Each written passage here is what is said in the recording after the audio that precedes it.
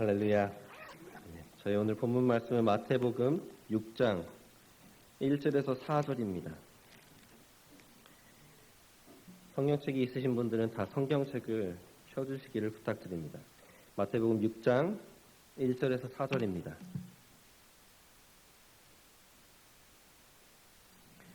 다 찾으셨으면 우리 자리에서 함께 일어나서 하나님을 경외하는 마음으로 말씀 읽도록 하겠습니다.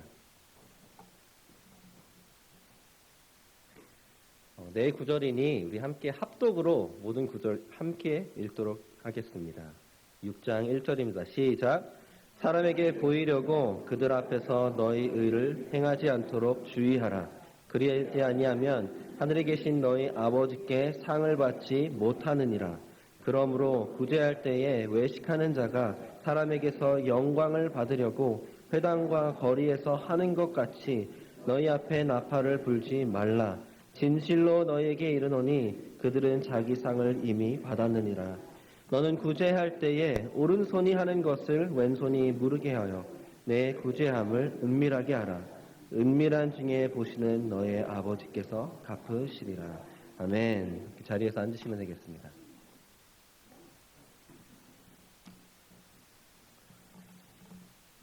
우리 교회는 계속해서 산상수훈의 말씀을 보고 있습니다.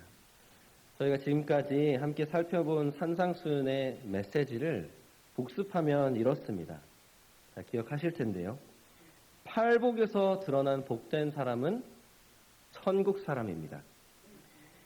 천국에 합당한 의로운 삶을 살 것이며 그에 따른 천국의 복을 누리는 사람입니다. 근데 이 의로운 삶은 숨길 수 없습니다. 숨길 수 없이 드러나는 의로운 삶이기 때문에 팔복은 핍박을 당연히 당할 것이다 라고 끝이 나면서 그럼에도 불구하고 기쁨으로 동참할 수 있는 이유는 하늘의 상급이 클 것이기 때문입니다.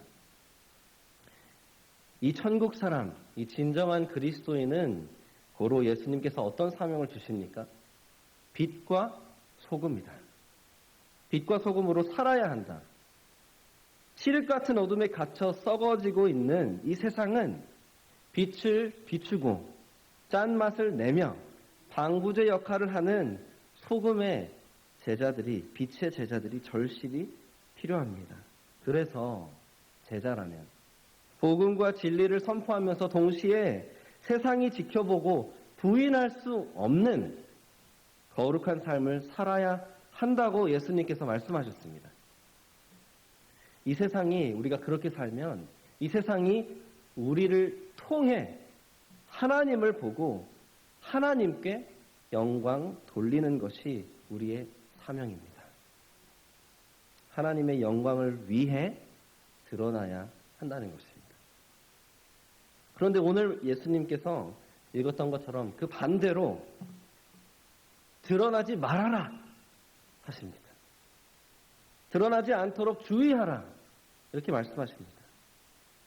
아니 드러나라 하셨으면서 왜 이번에는 사람들에게 보이지 않게 드러나지 말라고 주의하시는 것일까요? 그것은 하나님의 영광을 위해 드러나야 하는 이 의로움을 사람이 주는 영광을 위해 보이려고 할 유혹이 있기 때문입니다. 표면적으로는 우리 액션으로는 아무리 거룩하고 의로운 사람처럼 보여도 하나님의 인정과 하나님의 영광이 아니라 나의 영광을 위해서 그렇게 할 수 있는 유혹이 도사리고 있다는 것입니다. 사실 우리가 사는 이 세상은 이미 나를 드러내는 것이 당연하고 어느 정도 필요한 세상입니다. 대학에 들어갈 때도 직장에 들어갈 때도 우리의 학력, 우리의 경력, 봉사활동 내용 내가 잘하는 거 내 업적들을 다 드러내야 합니다. 그렇죠? 그래서 이력서를 갈고 닦습니다. 우리가 드라마나 코미디언들이 풍자를 많이 하는 장면 중에 하나는 정치인들이 유세 활동에 사용될 사진 한 장을 찍으려고 봉사활동하는 척하는 것입니다. 그런 장면들을 많이 보셨을 겁니다. 뭐 다는 아니겠지만 부자들, 유명인들, 심지어 기업들도 엄청난 금액의 후원을 하고 봉사활동을 하면서 그거에 대해서 기사를 냅니다. 홈페이지에 올립니다. 우리 기업은 이렇게 사회적 약자들을 돌보는 기업입니다. 생각하는 기업입니다. 나는 이렇게 착한 사람입니다. 그들의 본심이 무엇인지 감히 다 아는 것처럼 말할 수는 없겠지만 이런 생각은 해봅니다. 아무도 알아주지 않는다면, 실질적인 어떤 득이 없다면 얼마나 많은 사람들이 계속해서 선행을 베풀까요? 기자들도 없고 신문 기사도 없는데 정치적인 득이 없다면 얼마나 많은 정치인들이 계속해서 봉사를 할까요? 그런데 우리가 이들을 의심하고 욕하기 전에 우리는 어떨까 한번 생각해 보아야 합니다. 우리도 사람의 시선 때문에 의식적으로 아니면 무의식적으로 드러나고 인정받고 싶어서 베푸는 선행이 있지는 않습니까?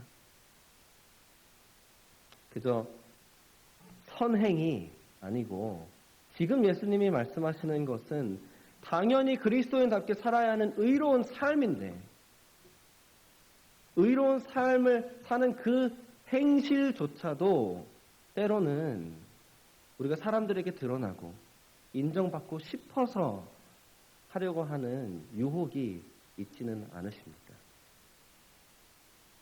저는 있습니다.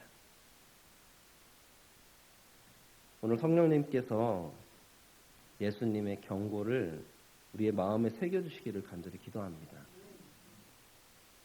나의 의가 드러나는 것이 아니라 오직 하나님만 드러나시고 하나님만 영광 받으시고 우리는 천국의 상급을 바라며 진실되게 의로운 삶을 사는 우리 모두 되기를 간절히 기도합니다.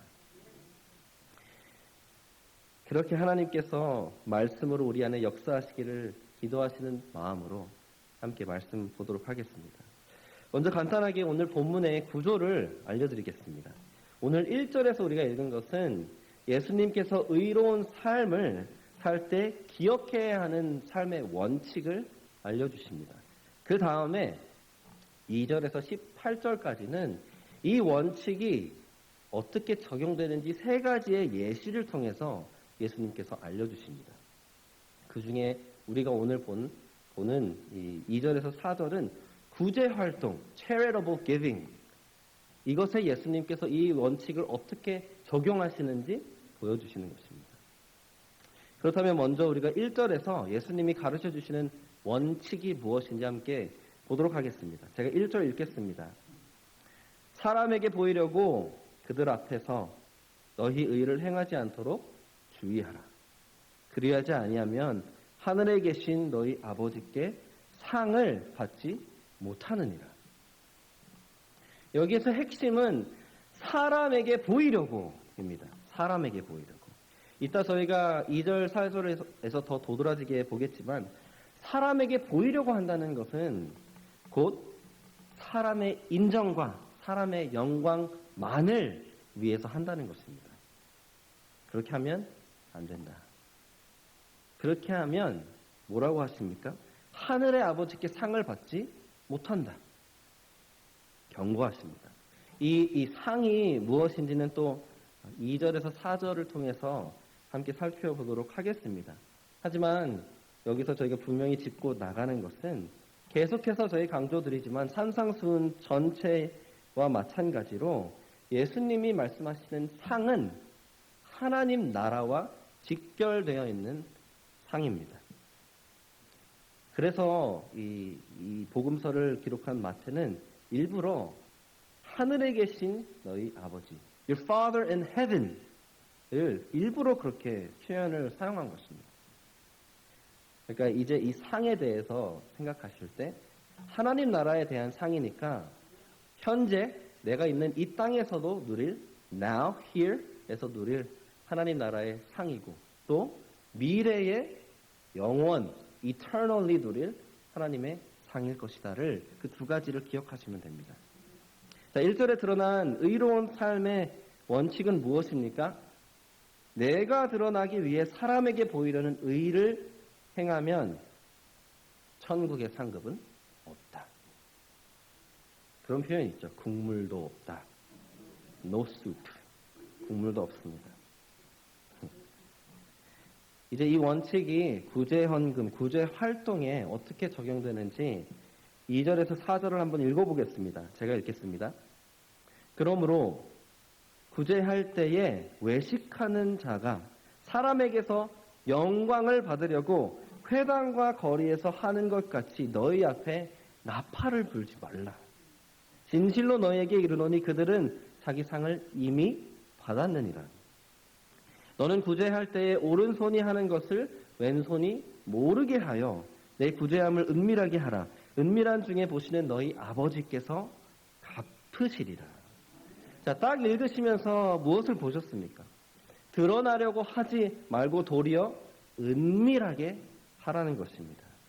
그러면 우리가 숨고 우리가 은밀하게 in secret 이것을 하면 어떻게 됩니까?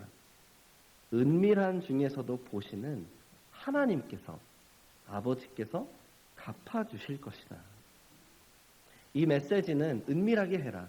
하나님께서 갚아주실 것이다. 이 메시지는 앞으로 더 나오는 그 두 가지 나머지 예시, 기도와 금식에도 동일하게 적용될 것입니다. 근데 예수님께서 이 의로운 삶, 이 행실, 그 많은 행실 중에서 구제를 선택하신 이유는 무엇일까요? 구제. Why charitable giving? 왜냐하면 하나님 아버지는 궁핍한 자, 가난한 자들을 돌보시는 긍휼하신 하나님이시기 때문입니다. 그리고 하나님께서는 늘상 당신의 백성이 하나님과 동일한 긍휼함을 품고 가난한 자들의 필요를 채워주기를 원하셨습니다. 그렇게 이스라엘 백성 때부터 명령하셨습니다. 그래서 하나님은 이스라엘 백성을 당신의 소유 삼으신 그 순간부터 너희가 나의 백성이라면 궁핍한 자들을 보살피라 명령하셨습니다. 제가 한 가지 예시를 신명기 15장에서 한번 보여드리겠습니다. 신명기 15장 10절에서 11절입니다. 제가 읽어보겠습니다. 너는 반드시 그에게 줄 것이요. 이 그는 가난한 자들입니다. 그에게 줄 것이요. 줄 때에는 아끼는 마음을 품지 말 것이니라. 이로 말미암아 내 하나님 여호와께서 네가 하는 모든 일과 네 손이 닿는 모든 일에 내게 복을 주시리라. 땅에는 언제든지 가난한 자가 그치지 아니하겠으므로 내가 내게 명령하여 이르노니 너는 반드시 네 땅 안에 내 형제 중 곤란한 자와 궁핍한 자에게 내 손을 펼치니라. 이 신명기 15장에서 하나님은 이 구절 전에 이렇게 말씀하십니다. 너희 중에는 가난한 자가 없어야 된다. 왜 그렇습니까? 하나님께서 주라고 명령하셨으니까 이것에 순종하면 가난한 자가 없어야 되는 것입니다. 그래서 그들에게 베푸는 예시 중에 이제 이 신명기 15장에 나오는 것 사실 이 본문은 사실 빚을 면제해주는 제도에 대해서 말하는 것입니다. 중요한 것은 이 가난한 사람이 갚을 방도가 없더라도 갚지 못하더라도 풍족하게 빌려주고 받을 생각도 말라는 겁니다. 못 받을 것을 감안하고도 아끼지 말고 손을 펴서 주어라. 그래서 이 외에도 구약에 보면 하나님이 이스라엘에게 요구하시는 제사물이나 헌금의 일부는 늘 가난한 자들을 위해 따로 떼어집니다. 이 하나님의 긍휼하심은 변하지 않습니다. 당신의 백성을 통해 긍휼하심을 베푸시는 그 방법과 의도도 변하지 않았습니다. 이것을 안 유대인들은 그래서 구제 활동을 하는 것이 내가 진짜 하나님 백성이야.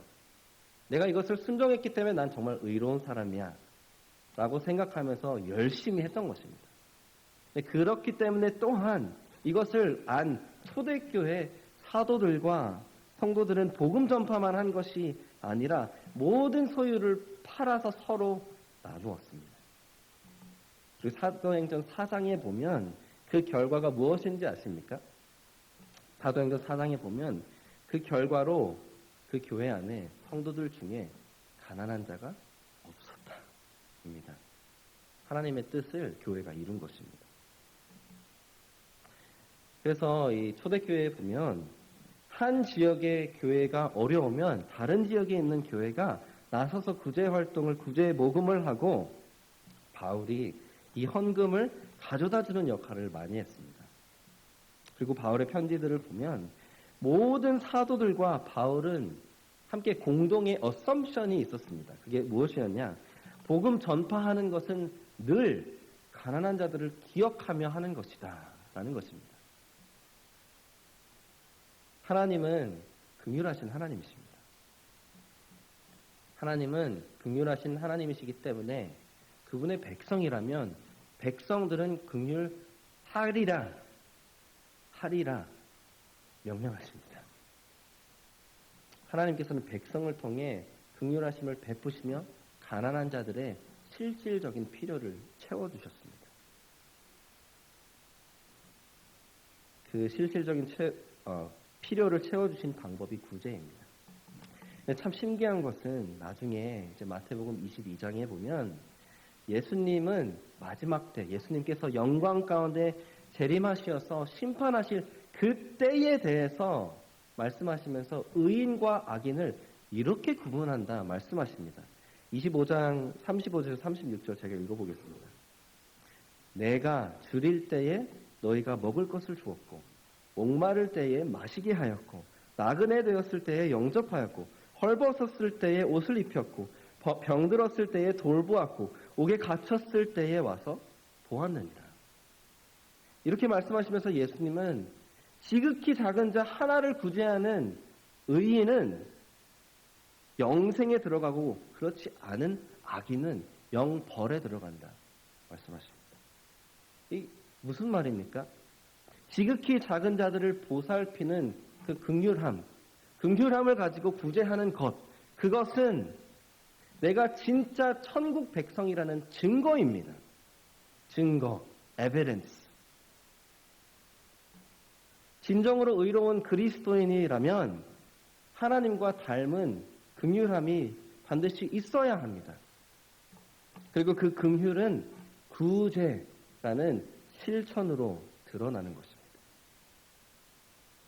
우리 성도님들은 지극히 가난한 자들을 보면 어떤 마음이 드십니까? 긍휼한 마음이 있으십니까? 그들을 돕고자 하십니까? 내 주변에, 아니 심지어 우리 교회 안에 가난한 자가 있는지 없는지 신경 써보신 적 있으십니까? 아니면 너무나 쉽게 그냥 지나치십니까? 그런데 이 구제가 사람들이 다 아는 의의 증거이기 때문에 그 증거이기 때문에 그만큼 리스크가 크다는 것입니다. 그 리스크가 무엇입니까? 사람에게 보여서 나의 영광을 위해 하게 하는 리스크입니다. 제가 2절을 다시 한번 읽어보겠습니다. 그러므로 구제할 때에 외식하는 자가 사람에게서 영광을 받으려고 회당과 거리에서 하는 것 같이 너희 앞에 나팔을 불지 말라. 진실로 너희에게 이르노니 그들은 자기 상을 이미 받았느니라. 오늘 예수님께서 외식하는 사람들이 구제할 때 어떻게까지 한다고 합니까? 회당과 거리에서 나팔을 분다고 합니다. 이 나팔을 부는 이것은 사실 성경 다른 곳에도 기록되어 있지 않고 역사적으로 유대교 관습 중에서 딱 핀포인트에서 이것을 말씀하시는 것이다라고 특정 지을 수는 없습니다. 하지만 우리가 또한 역사적으로 아는 것은 당시에 유대인들은 누군가가 큰 액수의 구제 헌금을 하면 누군가가 성전 전체에 들리도록 큰 소리로 이 사람이 엄청난 금액의 구제 헌금을 했습니다 하고 공포했습니다. 그런 관습이 있었습니다. 그리고 그렇게 공포한 다음에 그 자리에서 그 돈을 들고 나가서 밖에 있는 거지들에게, 가난한 사람들에게 바로 나눠줬습니다. 헌금 한 사람을 데리고. 그럼 한번 상상해 보십시오. 이 돈을 받은 거지들이, 가난한 사람들이, 노숙자들이 얼마나 기뻤을까요? 얼마나 흥분했을까요? 기쁨 가운데, 흥분 가운데 보이는 사람은 누굽니까? 헌금을 한 사람입니다. 그런데 외식하는 사람이, 히포크리트는 사람들의 시선이 고정되고 그들의 인정과 찬양을 받는 그 순간을 위해서 구제를 한다는 것입니다. 그리고 예수님은 사실 이미 구체적으로 어떤 사람들이 지금까지 이렇게 해왔는지도 꿰뚫고 계셨습니다. 바로 우리가 잘 아는 바리새인들, 서기관들, 종교 지도자들이었습니다. 예수님은 이제 다른 복음서에도 보면 이 바리새인들을 위선자라고, 히포크리트라고 혼내시면서 질책하시면서 그들의 속내를 이렇게 요한복음 12장에 설명하십니다. 그들은 사람의 영광을 하나님의 영광보다 더 사랑하였더라.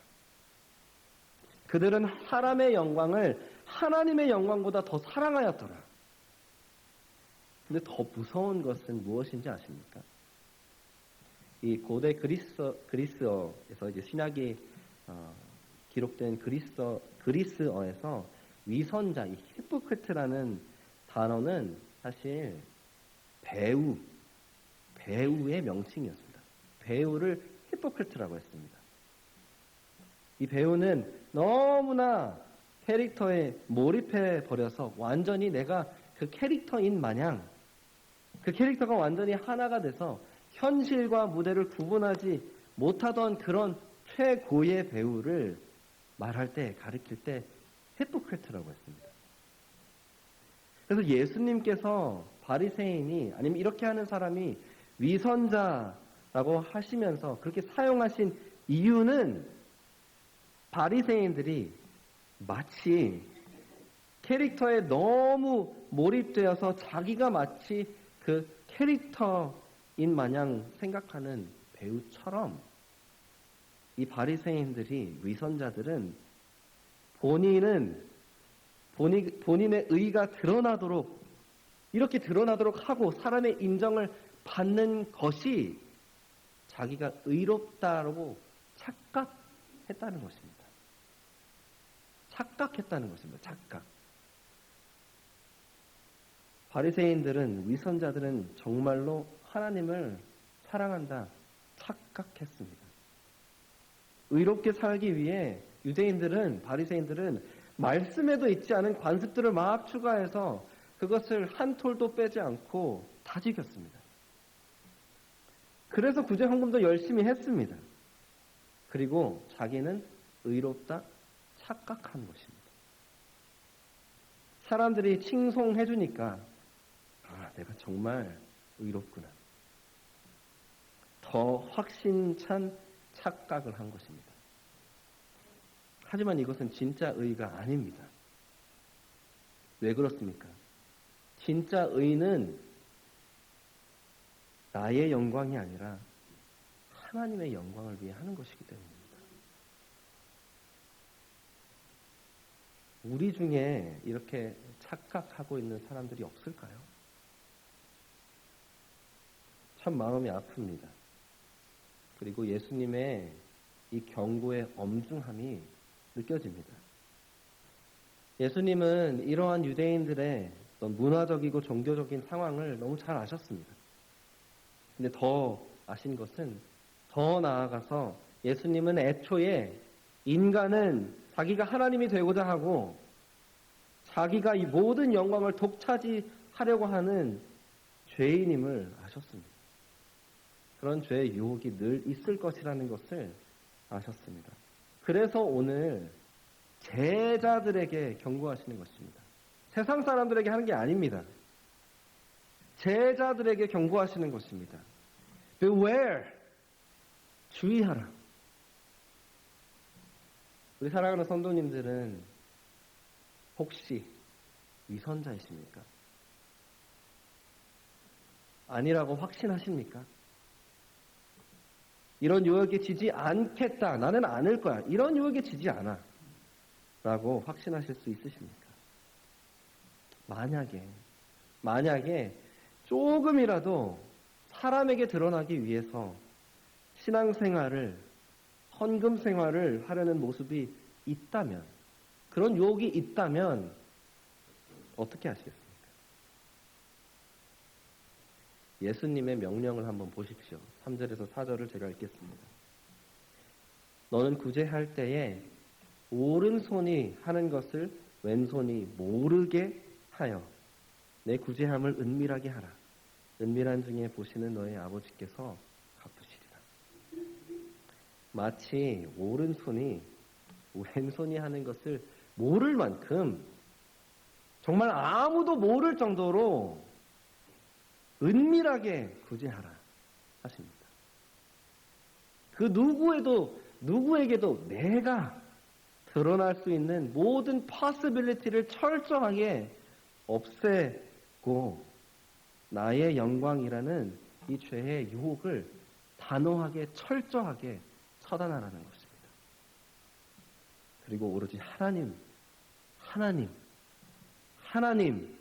앞에서만 하라는 것입니다. 유혹을 처단하고 오로지 하나님 앞에서만 하라. 예를 들어서 이름도 써놓지 않은 구제 헌금을 그 헌금 봉투를 넣으면 아무도 내가 헌금했다는 사실을 모를 것입니다. 그렇죠? 내 이름이 우리 주보에도 올라오지 않습니다. 재정부도 모릅니다. 근데 이름을 넣고 주보에 이름이 올라가는 것 자체가 잘못된 것이 절대 아닙니다.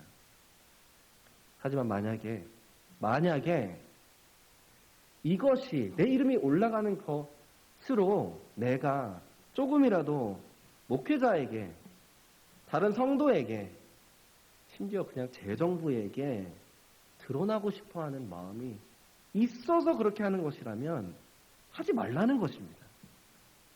이름을 쓰지 마시라는 겁니다. 그 유혹을 처단하라는 것입니다. 뭐 그렇게까지 합니까?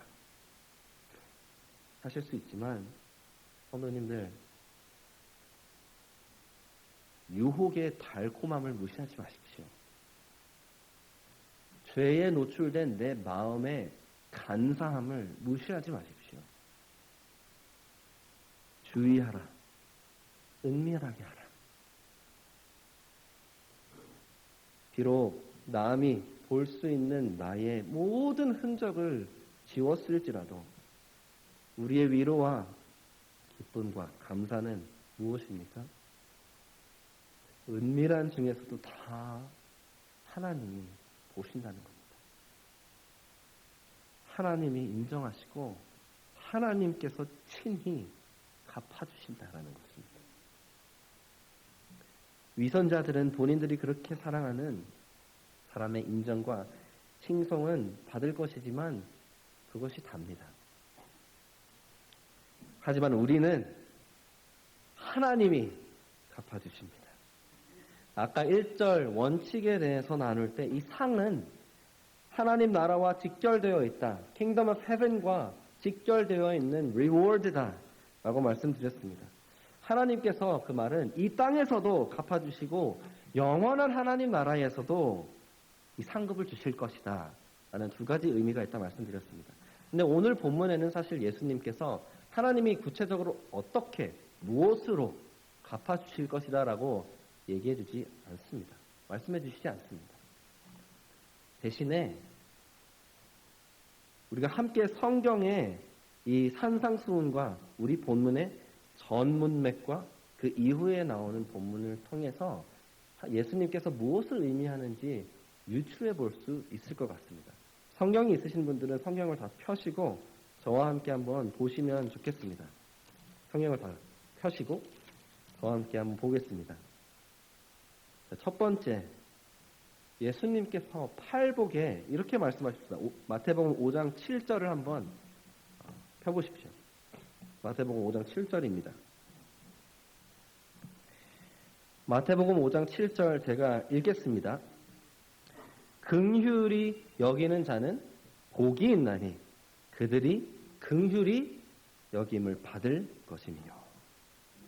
이것은 우리가 이미 보았던 말씀입니다. 그렇죠? 자, 복된 천국 사람은 아버지와 하나님 아버지와 똑같이 긍휼해야 합니다. 긍휼함이 있다는 것이 내가 천국 사람이라는 증거입니다. 그렇죠? 근데 아까 말씀드렸던 것처럼 구제는 가난하고 헐벗은 자들의 필요를 실질적으로 practically 채워주는 행위입니다. 긍휼의 실천입니다. 그렇다면 가난한 자들의 필요를 채우는 긍휼을 베풀었으니 나의 실질적인 필요를 다 아시는 하나님이 그분의 긍휼하심 가운데에 나에게도 공급하실 것이다. 이 논리가 일리가 있다는 것은 이제 우리 본문 다음 6장을 한번 보시길 바랍니다. 6장의 19절부터 읽지는 않겠지만 그 본문을 펴시고 한번 보시길 바랍니다. 우리 본문이 속한 이 전체 섹션이 끝나고 19절부터 6장 마지막까지 예수님은 무엇이라 말씀하십니까? 천국에 영원한 보물을 쌓아라. Don't serve money, but serve God. 이렇게 말씀하시면서 하늘에 나는 새를 봐라. 땅의 풀과 꽃을 봐라. 하나님이 다 먹이시고 하나님이 다 입히시는데 너는 무슨 염려냐? 기본 중에 기본인 의식주도 염려하지 마라. 오로지 하나님 나라와 의를 위해 살아라. 그러면 너희의 필요를 다 아시는 하나님께서 채워주실 것이다. 공급하실 것이다. 하여서 이 본문의 전후 맥락과 사실 산상수훈 전체의 말씀을 통해서 오늘 본문에서 예수님께서 말씀하시는 하나님 아버지가 갚아주시는 상은 이렇게 결론을 내릴 수 있습니다. 내가 긍휼함으로 가난한 자들의 필요를 채웠다면 하나님은 나를 긍휼히 여기심으로 나의 필요를 채워주실 것이다. 사실 지금까지 살면서도 공급하신 분은 하나님이셨고 앞으로도 나의 공급은 오로지 하나님께로부터 온다는 것입니다. 그런데 뿐만 아니라 이 땅에서 그렇게 하나님이 채워주시는 것뿐만 아니라 천국에 들어갔을 때 나의 필요를 완전히 충족시켜 주시기 때문에 이제는 필요라는 말조차 무색할 정도로 우리는 천국에서 천국 잔치를 누리며 완전한 풍성함을 누릴 것입니다. 필요한 것이 없을 것입니다. 이것이 사실이라면, 사랑하는 성도 여러분, 이것이 사실이라면 왜 한낱 인간의 인정을 위해, 일시적인 칭찬을 위해 의를 행하시겠습니까? 온전히 하나님 앞에서만 하고 하나님의 영광을 드러내며 하나님의 상급을 받으십시오. 하여서 오늘 본문에 등장한 예수님의 말씀을 이렇게 한번 정리해 봤습니다. 사람의 영광을 위해 살지 않도록 조심하십시오. 오히려 나를 완전히 감추는 은밀함 가운데에 의를 행하십시오. 예를 들어 긍휼이라는 의의 실천으로 구제 활동을 하십시오. 그러면 나의 모든 필요를 아시는 긍휼하신 하나님이 공급하시고 하나님 나라에 들어갔을 땐 상상도 못할 풍성한 상급을 영원히 누릴 것입니다. 사랑하는 성도 여러분, 천국의 그리스도인은 그 정체성에 부합한 의로운 삶을 살아야 합니다. 그렇게 사는 의로운 삶은 한편으로는 드러날 수밖에 없습니다. 그런데 드러나면 핍박과 고난을 면치 못할 것입니다. 그런데 반면에 그 의로운 삶을 감출 수밖에 없습니다.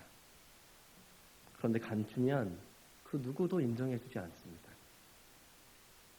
참 손해보는 삶인 것 같죠? 하지만 기억하십시오. 드러나든 드러나지 않든 기뻐하고 순종할 수 있습니다. 왜 그렇습니까? 드러나든 드러나지 않든 하나님께 칭찬받고 하나님이 드러나시고 하나님이 영광 받으시고 우리는 하나님이 주시는 이 땅의 아무 것과도 비교할 수 없는 하나님의 상급을 받게 됩니다. 그러니 사랑하는 성도 여러분, 하나님께 시선을 고정하십시오. 오늘 말씀을 맺으며 두 가지 권면을 드립니다. 첫 번째는 이것입니다. 기도로 내 마음을 점검하십시오. 나는 진정한 그리스도인의 증거가 있는 삶을 살고 있는가? 정말로 이렇게 살아가고 있는가? 혹시 내 안에 사탄이 틈타서 나의 영광을 위해 의로운 척하게 하고 의롭다 착각하게 하는 영역이 있는가? 성령님께 간절히 이 영역들을 다 들춰내고 회개하게 해달라고 기도하십시오. 그리고 다시 나의 중심을 하나님께 돌려달라고 그렇게 기도하십시오. 두 번째는 이것입니다. 긍휼함으로 아낌없이 주고 섬기는 사람이 되십시오. 정말로 내 주변의 사람들을 그 상황을 진심으로 생각하고 케어하는 긍휼함을 가지십시오. 그리고 하나님이 누군가의 필요를 나에게 보여주신다면 긍휼함으로 아낌없이 주는 사람이 되십시오. 필요를 채워주기에 진심으로 섬기는 사람이 되십시오. 우리 모든 성도님들이 서로를 너무 사랑하고 서로를 향해 긍휼하여서 그 초대교회처럼 우리 교회 안에만큼은 가난한 자들이 없는 하나님의 공급하심을 누린다면 그것이 얼마나 아름다울까요? 우리 성도님들이 우리 모두가 이 지역사회의 가난한 자들, 약자들을 너무 사랑하고 그들을 향한 긍휼함을 떨칠 수가 없어서 우리 다 발벗고 나서서 우리 교회가 이런 곳에 저런 곳에 구제활동을 합시다 얘기하고 다 같이 모여서 함께 기도하고 결정하고 다 같이 가서 헌금을 주고 봉사하며 섬기고 복음을 전하였을 때 하나님께서 공급하시고 하나님께서 그 약자들 가운데에 복음의 역사를 일으키시는 것을 본다면 이것이 얼마나 아름다울까요?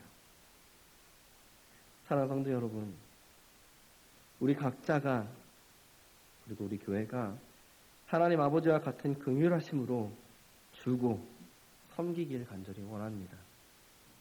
세상이 보든 안 보든 나는 없어지고 하나님만 드러나는 삶과 교회의 간증으로 하나님만 영광 받으시기를 간절히 원합니다. 그리고 이렇게 진정한 의로움으로 살아내실 때, 우리 모두가 그렇게 살아갈 때 하나님은 하늘의 상급으로 갚아주시리라 믿습니다. 아멘. 그냥 기도하겠습니다.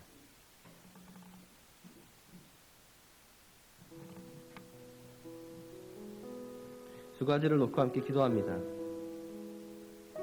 지금 이 시간 성령님께 내 마음을 점검하게 해달라고 기도하십시오. 두 번째, 하나님께 지금 내 삶 가운데에 내가 긍휼을 베풀어야 하는 사람이 있다면 그 사람을 발견하게 도와주십시오.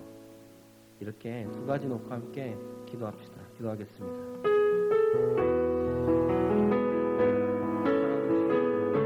내가 진정으로 나를 하나님의 백성이라면, 하나님 내가 참 사람이라면 내 안에 하나님을 닮은 긍휼하심을 간절히 원합니다.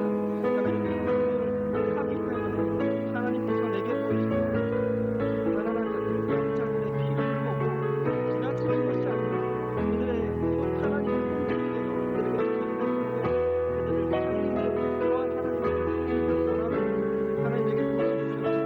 하나님 혹시나 내 안에 내가 드러나고 나의 의를 위하여 하나님을 살리는 조금이라도 들춰내시고 하나님 주여 철저히 되게 하고 그 욕을 처단하며 오로지 하나님만 보시고 하나님께만 인정하고 하나님만 욕하고 하나님이 갚아주시는 그 진정한 의로 살아가시도록 주시옵소서.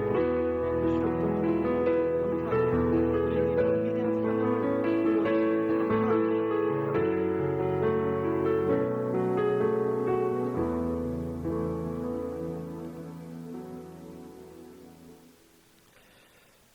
사랑하는 하나님, 하나님께서 먼저 우리를 사랑하시고 우리를 보셨을 때 긍휼하심으로 보셨기 때문에 그 긍휼이 풍성하신 하나님의 아들 예수 그리스도를 이 땅에 보내주셨음을 믿습니다. 그 긍휼하심 때문에 우리는 용서받았고 그 긍휼하심 때문에 우리는 이제 긍휼을 베풀 수 있는 자들이 되었음을 고백합니다. 하나님, 그런데 긍휼하라 하시고 긍휼을 베풀라 하셨는데 그렇게 살지 못하였다면 하나님 용서하여 주시옵소서. 하나님, 더 나아가서는 내 삶의 의로운 삶의 증거를 하나님의 영광을 위해서 드러낸 것이 아니라 내가 드러내기 위해 살았다면 하나님 용서하여 주시옵소서. 하나님, 이제는 진정으로 의로운 삶, 의로워서 긍휼한 삶, 긍휼해서 구제를 베푸는 삶을 살기 원합니다. 나의 삶을 통해 하나님 한 분만 영광 받으시고 나는 하나님이 갚아주시는 그 상만 바라며 하나님을 위해서만 하나님께 하듯이 나의 의로운 삶을 살아갈 수 있도록 내 안에 역사하여 주시옵소서. 감사합니다. 하나님, 사랑합니다. 모든 말씀 살아계신 예수님의 이름으로 기도했습니다.